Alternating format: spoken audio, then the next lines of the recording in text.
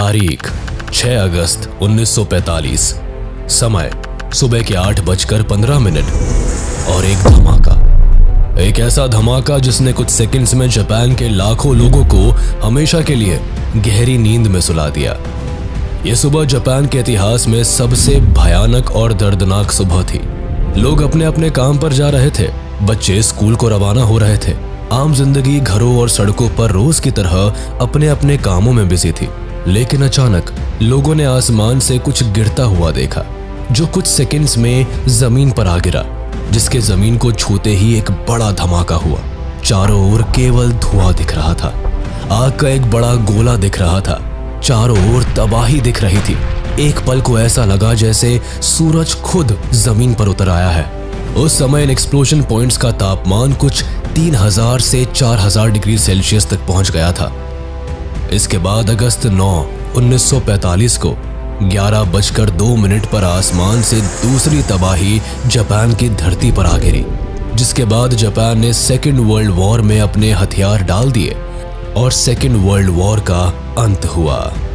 इस तरह दुनिया ने पहली बार एटॉमिक बॉम्ब की तबाही और दूसरे विश्व युद्ध के भयानक अंत को देखा था। सेकेंड वर्ल्ड वॉर हुई ही फर्स्ट वर्ल्ड वॉर के कारण, लेकिन सवाल ये आता है कि आखिर ये शुरू कैसे हुई?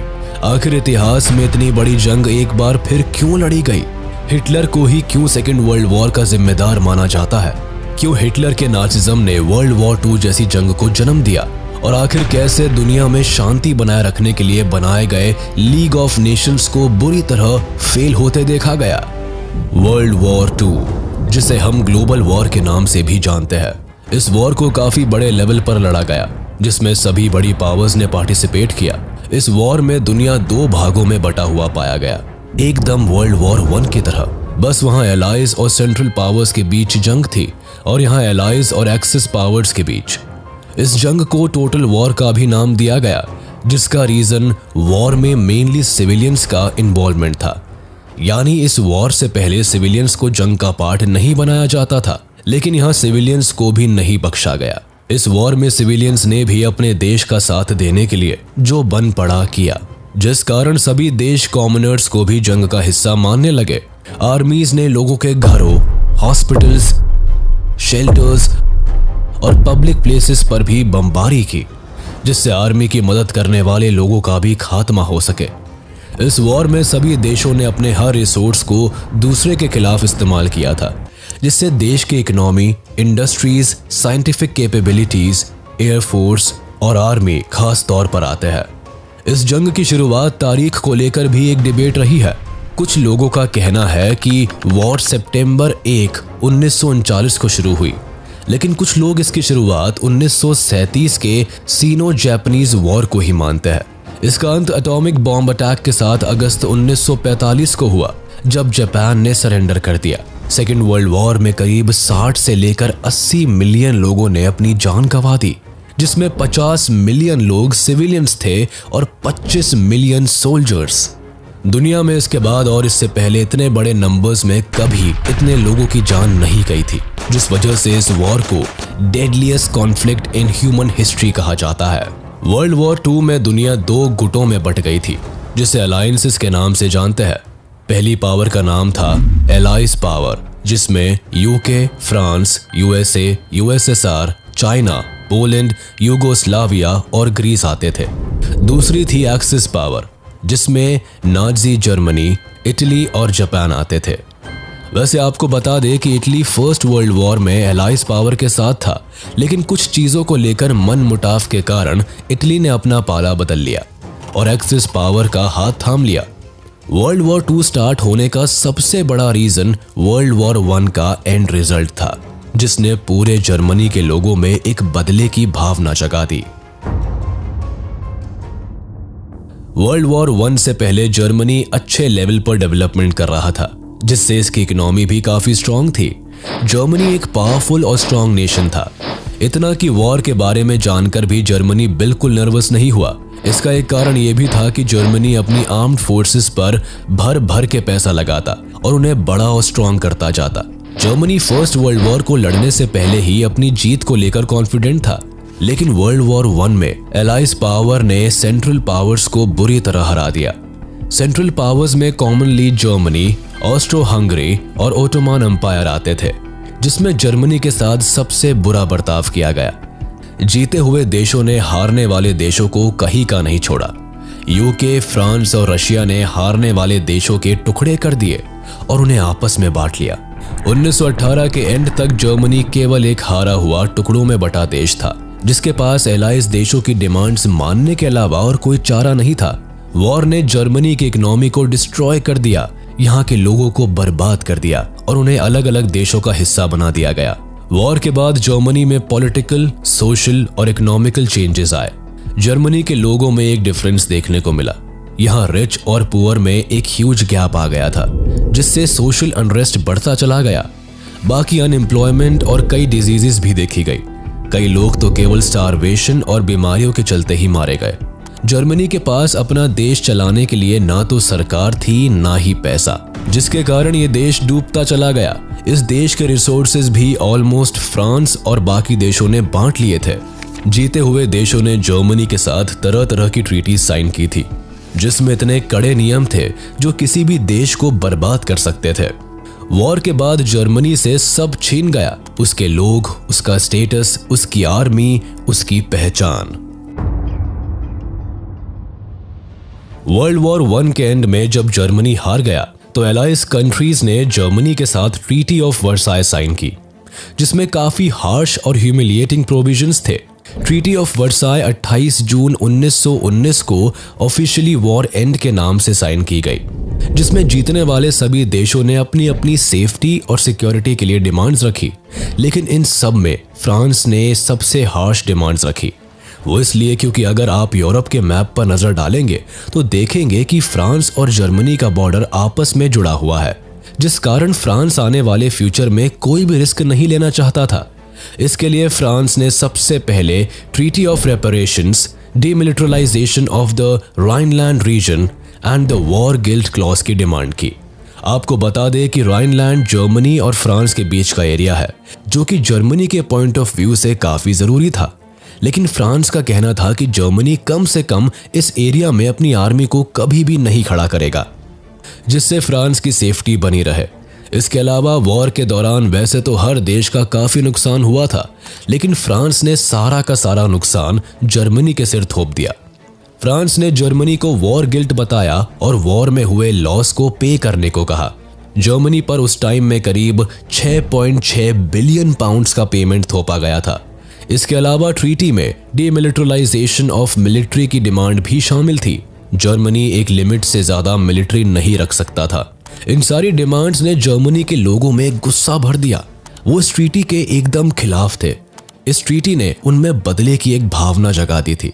ट्रीटी ऑफ वर्साई की डिमांड्स को मानने के अलावा वाइमार रिपब्लिक के पास और कोई चारा नहीं था। वाइमार रिपब्लिक जर्मनी की न्यू गवर्नमेंट थी, जिसने इस ट्रीटी पर साइन किया था। इस कारण से लोगों में वाइमार रिपब्लिक के खिलाफ भी एक गुस्सा था। वो कहीं ना कहीं अपनी हालत का जिम्मेदार वाइमार रिपब्लिक को भी मानने लगे थे। इस पीस ट्रीटी के कारण ही जर्मनी ने अपनी overseas colonies, 1/10 of population, 13% territories, 75% iron और 26% कोल खो दिया था। वर्ल्ड वॉर 1 के बाद लीग ऑफ नेशंस को स्टैब्लिश किया गया था, ये सोचकर कि अब फिर कभी कोई विश्व युद्ध नहीं होगा। लीग ऑफ नेशंस का काम दुनिया में पीस और हार्मनी स्टैब्लिश करना था, लेकिन ऐसा कुछ नहीं हुआ।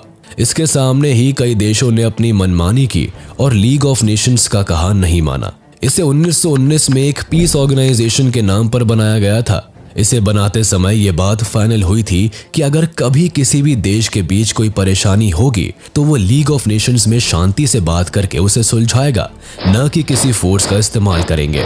लेकिन इसे एक फेलियर के रूप में देखा गया। कई देशों ने इसे ज्वाइन ही नहीं किया और जिन्होंने किया वो बाद में इसे छोड़कर चले गए, जिसमें जर्मनी और यूएसएसआर आते हैं। बाकी लीग के पास खुद की कोई आर्मी भी नहीं थी जिसके थ्रू ये किसी भी मिलिट्री अग्रेशन को रोक पाए। ऐसे में लीग ऑफ नेशंस का फेल होना भी आखिरी में वर्ल्ड वॉर 2 का एक बड़ा रीजन बना। वॉर के बाद जर्मनी पहले ही काफी परेशानियों और इकोनॉमिक क्राइसिस से जूझ रहा था। बाकी बची कुची कसर ट्रीटी ऑफ वर्साय और वॉर गिल्ट पेमेंट ने पूरी कर दी थी। ट्रीटी के हार्श सैंक्शंस ने वहां के लोगों को काफी बुरी हालत में पहुंचा दिया। अपने देश के लोगों की हालत देख के वहां की गवर्नमेंट ने दबाकर पैसा छपवाया, जिसने जर्मनी की हालत और खराब कर दी और महंगाई खुद पर खुद बढ़ती चली गई। खैर, एक समय तो ऐसा आया कि जर्मनी में हर इंसान के पास भर भर के पैसा था। लोग कार लोड्स और पैसे से भर भर के केवल एक ब्रेड का पैकेट खरीदने जाया करते थे। बच्चे पैसों के बंडल से खेला करते थे। जर्मनी के पैसे की वैल्यू बुरी तरह से गिरती चली गई। जर्मनी की इतनी खराब हालत देखकर अमेरिका ने जर्मनी की मदद के लिए हाथ आगे बढ़ाया और डॉस प्लान को लॉन्च किया, जिसने जर्मनी की हालत सुधारने में मदद की।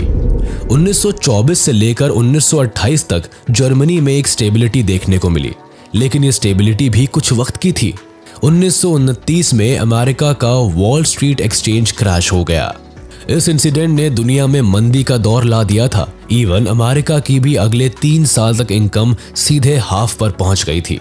फैक्ट्रीज बंद होने लगी थी, एक्सपोर्ट्स गिरते चले गए, फार्मर्स की हालत खराब हो गई और मार्केट में पैसा खत्म हो गया। इसके बाद अमेरिका ने जर्मनी को सपोर्ट देना भी बंद कर दिया, जिससे जर्मनी को एक साथ 2 झटके लगे। एक, यूएसए के फाइनेंशियल एड बंद होने से, दूसरा दुनिया भर में इकोनॉमिक क्राइसिस आने से। जर्मनी की हालत और बिगड़ती चली गई। 1932 तक जर्मनी का इंडस्ट्रियल प्रोडक्शन 40% तक कम हो गया, जिससे अनएम्प्लॉयमेंट छाने लगा। अनएम्प्लॉयमेंट इस कदर अपने चरम पर था कि करीब 6 मिलियन लोग उस समय जर्मनी में अनएम्प्लॉयड घूम रहे थे। लोगों ने सड़क पर नारे लगाने शुरू कर दिए। लोग बड़े बड़े बैनर लेकर willing to do any work लिखकर काम मांगने लगे। लोगों का सरकार से विश्वास भी डगमगाने लगा था। लोग सरकार के खिलाफ नारे लगाने लगे, लेकिन वाइमार रिपब्लिक के पास भी कोई सॉल्यूशन नहीं था, जिसके बाद फाइनली हिटलर इन सभी सिचुएशंस का फायदा उठाता है। वर्ल्ड वॉर 2 का जिम्मेदार हिटलर था, यह बात तो हम सभी जानते हैं, लेकिन कैसे?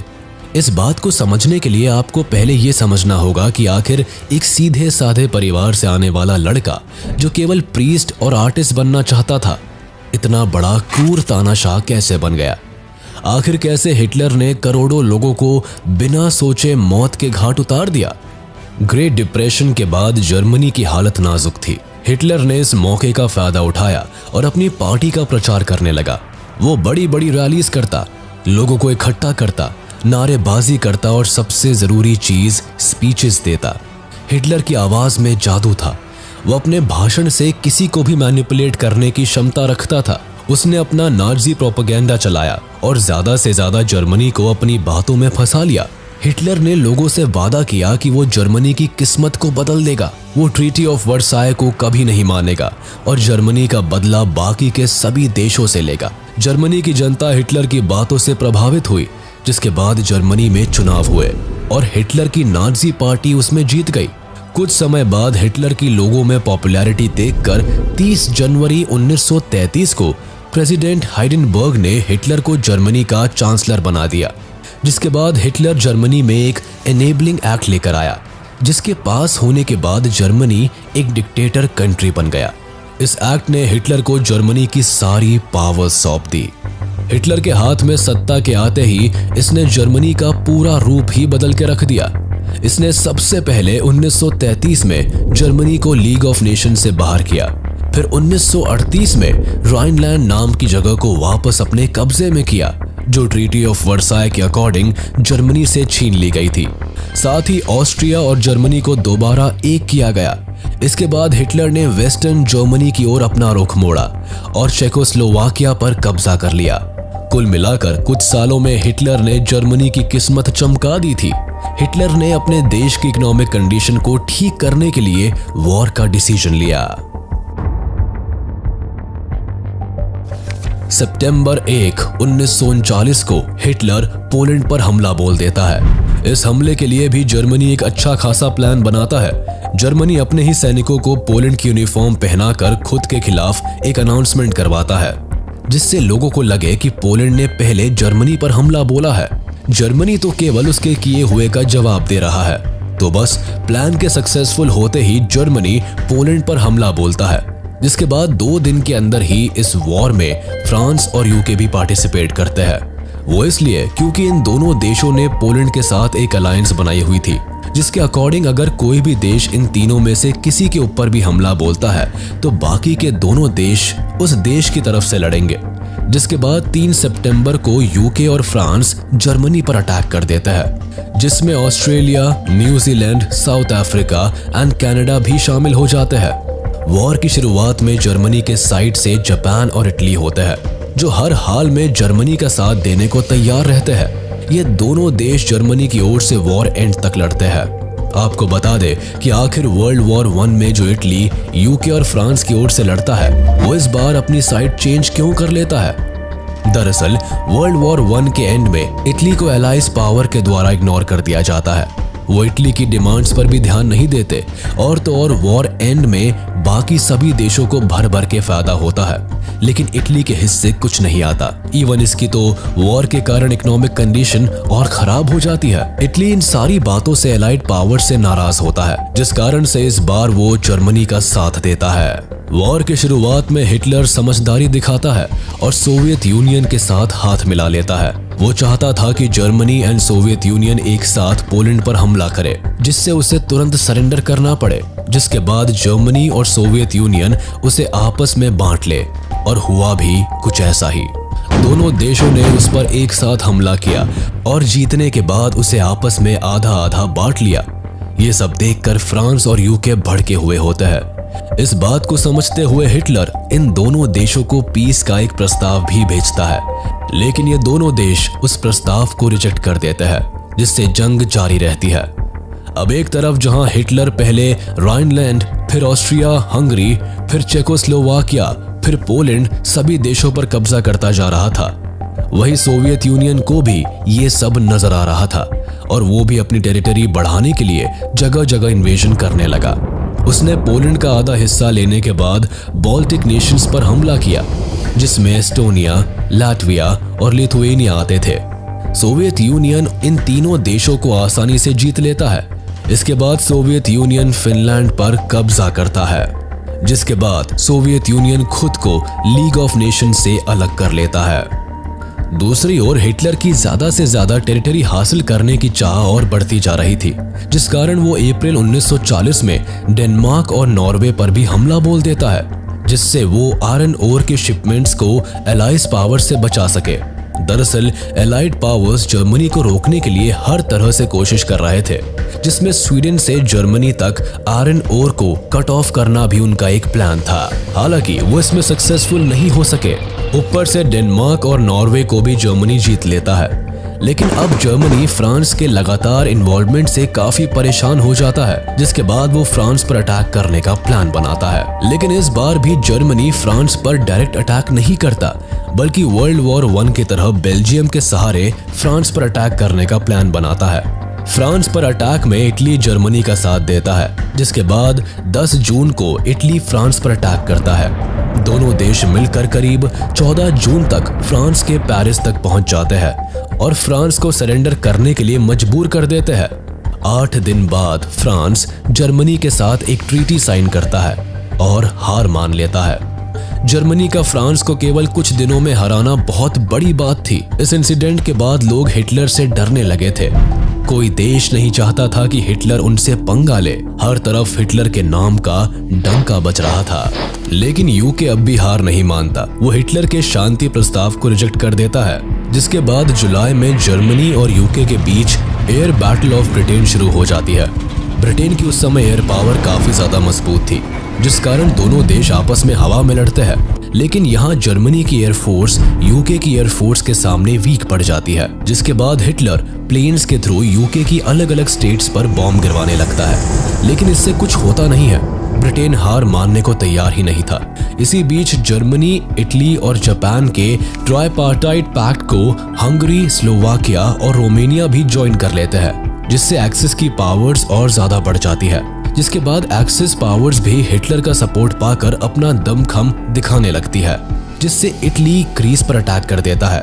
लेकिन यहाँ ब्रिटेन ग्रीस की मदद के लिए खड़ा रहता है, जिससे इटली को ग्रीस में ब्रिटेन की आर्मी खदेड़ देती है।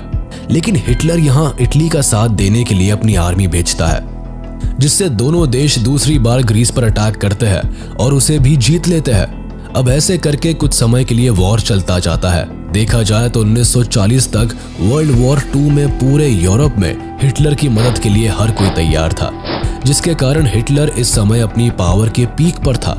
लेकिन अपनी पावर के नशे में हिटलर यहाँ एक गलती कर देता है, जिसके कारण जर्मनी वॉर हार जाता है। दरअसल जैसे ही हिटलर को दिखता है कि वो वॉर जीत रहा है, वो लगे हाथ अपने सालों से देख रहे सपने को भी सच करना चाहता है, जिसके अकॉर्डिंग हिटलर ईस्टर्न यूरोप पर कब्जा करना चाहता था, जो कि यूएसएसआर का पार्ट होता है।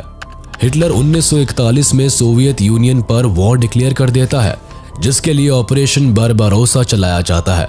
इस ऑपरेशन के तहत हिटलर सबसे पहले अपने और सोवियत यूनियन के साथ की गई रिबेनट्रॉप पैक्ट को तोड़ देता है। हिटलर को लगता है कि सोवियत यूनियन को आराम से हरा देगा। हालांकि स्टार्टिंग में होता भी ऐसा ही है। जर्मन आर्मी धीरे धीरे करके सोवियत यूनियन को ईस्ट की ओर से जीत रहा होता है। वो एक एक करके सोवियत के देशों को जीतता चला जाता है, लेकिन केवल दिसंबर तक। उसके बाद सोवियत यूनियन में बहुत ही भयानक बर्फबारी होने लगी, जिसमें केवल सोवियत यूनियन ही लड़ने में सक्षम थी। बाकी किसी भी देश के लिए इतनी बर्फ में लड़ना नामुमकिन था। इसलिए ठंड का महीना आने से पहले जर्मनी सोवियत का जितना पार्ट जीत सकती थी, जीतती है। लेकिन उसके बाद सोवियत आर्मी पूरी जर्मन आर्मी को उल्टे पांव बर्लिन तक खदेड़ देती है। हिटलर वेस्ट में ब्रिटेन और ईस्ट में सोवियत यूनियन को एक साथ संभालने में नाकामयाब हो जाता है। सोवियत यूनियन की आर्मी हिटलर की सेना को मात देती है, जिससे सोवियत यूनियन का भी दुनिया में एक नया दौर देखने को मिलता है। वैसे अमेरिका अब तक वॉर से बाहर रहता है, लेकिन जापान पैसिफिक ओशन में अमेरिका के पर्ल हार्बर नाम के आइलैंड पर बॉम्बिंग कर देता है, जिसके बाद अमेरिका वॉर का पार्ट बन जाता है। ये वॉर लंबी चलती है। हिटलर को दिख रहा होता है कि अब उसका वॉर पर से कंट्रोल छूट रहा है, लेकिन वो वॉर होने तक बर्लिन में ही रहने का फैसला लेता है। जहां हिटलर को जब खबर मिलती है कि जर्मनी वॉर में हार गया है, वो खुद को और अपनी वाइफ को शूट कर देता है, जिसके बाद दुनिया के सबसे खतरनाक तानाशाह का अंत होता है। हिटलर की मौत की खबर जैसे ही न्यूज में आती है, जर्मनी सरेंडर कर देता है। लेकिन जापान अभी भी हार नहीं मानता। वो अभी भी अपनी ओर से इस वॉर को जीतने की कोशिश करता है, लेकिन इस कोशिश के जवाब में अमेरिका जापान पर न्यूक्लियर बॉम्ब दाग देती है। अमेरिका जापान की 2 जगह हिरोशिमा और नागासाकी पर एक एक करके न्यूक्लियर अटैक करता है, जिसके बाद जापान पूरी तरह से बर्बाद हो जाता है। जापान पर इस न्यूक्लियर बॉम्ब का काफी खराब असर पड़ता है, जिससे उभरने में उसे सालों लग जाते हैं। हालांकि उस न्यूक्लियर अटैक के बाद वर्ल्ड वॉर 2 भी खत्म हो जाता है। 2 सितंबर 1945 को जापान सरेंडर कर देता है। वर्ल्ड वॉर 2 से यूरोप पर काफी फर्क पड़ता है। केवल यूरोप पर ही नहीं, पूरी दुनिया ही बुरी हालत में होती है। दुनिया ने पहली बार इतनी बड़ी वॉर देखी थी। हालांकि वर्ल्ड वॉर 1 भी इससे पहले हुई थी, लेकिन न्यूक्लियर बॉम्ब ने इस वॉर को एक भयानक रूप दे दिया था। पूरी दुनिया ने पहली बार किसी न्यूक्लियर वेपन का इतना खतरनाक इस्तेमाल देखा। वो बात अलग है कि इसके बाद हर देश अपने यहाँ न्यूक्लियर वेपन्स बनाने की कोशिश करने लगे। वॉर के एंड में मिलियंस ऑफ लोग मारे गए, मिलियंस ऑफ लोग होमलेस हो गए। यूरोपियन इकोनॉमी पूरी तरह से कोलैप्स कर गई, जिसके साथ यूरोपियन इंडस्ट्रियल इंफ्रास्ट्रक्चर भी बर्बाद हो गया। इवन वॉर को जीतने वाले देश भी बुरी कंडीशन में थे। अमेरिका ने अपने लाखों सोल्जर्स खो दिए। सोवियत यूनियन भी पैसों की तंगी से जूझ रहा था। आगे चलकर इन दोनों देशों में एक कोल्ड वॉर का दौर भी देखने को मिला, जो सालों साल चला और सोवियत यूनियन के टूटने के बाद शांत हुआ। इस वॉर के बाद कॉलोनियलिज्म और इंपीरियलिज्म भी खत्म हो गया। जर्मनी और इटली में डिक्टेटरशिप भी खत्म हो गई। जर्मनी को 2 भाग में बांट दिया गया, West Germany and East Germany. West Germany को ब्रिटेन, फ्रांस और यूएसए कंट्रोल करते थे और ईस्ट जर्मनी को यूएसएसआर। वर्ल्ड वॉर 2 के बाद अफ्रीका और एशिया में फ्रीडम और नेशनलिस्ट मूवमेंट्स चलने लगे, या यूं कहिए कि काफी तेज हो गए, जिसमें ब्रिटेन की कॉलोनीज इंडिया, म्यांमार और इजिप्ट, अमेरिका की कॉलोनी फिलीपींस, फ्रांस की कॉलोनी इंडो चाइना और डच की कॉलोनी इंडोनेशिया शामिल थे। इसके अलावा इकोनॉमिक क्राइसिस तो एक बड़ी प्रॉब्लम थी ही। जिसके कारण अनएम्प्लॉयमेंट काफी तेजी से बढ़ता देखा गया। इसके अलावा यूएनओ यानी यूनाइटेड नेशंस ऑर्गेनाइजेशन का जन्म हुआ। लीग ऑफ नेशंस को खत्म कर दिया गया क्योंकि वैसे भी वो किसी काम का था नहीं। हालांकि यूएन से जो उम्मीदें थी वो उस पर खरा उतरा। यूएन ने दुनिया में पीस लाने की पूरी कोशिश की।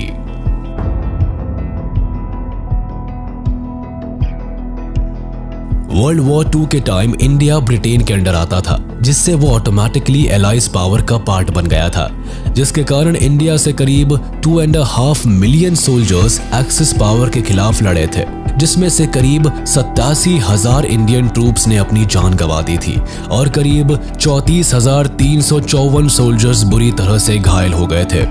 इसके अलावा करीब 67,340 इंडियन सोल्जर्स को प्रिजनर्स ऑफ वॉर बना लिया गया था। वर्ल्ड वॉर 1 के वक्त ब्रिटिश सरकार ने भारत के न सिर्फ सैनिकों को युद्ध में उतारा, बल्कि हमारे यहाँ से खाने पीने का सामान वगैरह भी अब लंदन एक्सपोर्ट होने लगा, ताकि वहाँ लड़ रहे सिपाहियों को खाने की कमी न झेलनी पड़े। और तो और इन दिनों बंगाल के मजदूरों को अब वेजेस के तौर पर अनाज के बदले पैसे दिए जाने लगे और सारा अनाज बाहर भेजा जाने लगा। अब मजदूरों के हाथ में पैसे थे, लेकिन बाजार में अनाजों की कमी के चलते अनाजों की ऊंची कीमत आम जनता के लिए मुश्किलें पैदा कर रही थी। ऐसे में छोटे छोटे खेतीहर और मजदूर वर्ग के लोग अपने घर कर ब्रिटिश सेना में नौकरी ढूंढने चल दिए। ऐसे में लाखों औरतें, बूढ़े और बच्चे सड़कों पर रहने को मजबूर हो गए। 1943 में बंगाल में फेमाइन आ गया, जिसमें लगभग 30 लाख आम आबादी भूख और बीमारियों से मारी गई। हमारे यहाँ से पहले से ही जूट और कॉटन जैसे कच्चे माल ब्रिटेन भेजे जा रहे थे, जिससे कि इंडिया उनके लिए बस एक मार्केट बना हुआ था। अब ऐसे में अनाजों और खाने के सामान का बड़े लेवल पर एक्सपोर्ट भारत को लंगड़ा कर रहा था। हालांकि युद्ध समाप्ति के बाद भारत में भारत छोड़ो आंदोलन अब जोरों पर था और युद्ध में हुए बर्बादी के बाद अब ब्रिटिश सरकार भी इतने बड़े लेवल पर हो रहे आंदोलन को दबाने में असमर्थ महसूस कर रही थी। तब जाके कहीं 1947 के अगस्त में भारत ब्रिटिश के चंगुल से मुक्त हुआ। हमें उम्मीद है कि वर्ल्ड वॉर 2 का ये इन्फॉर्मेटिव वीडियो आपको पसंद आया होगा। वीडियो अच्छी लगी हो तो इसे लाइक शेयर जरूर करें और चैनल को सब्सक्राइब करना ना भूलें।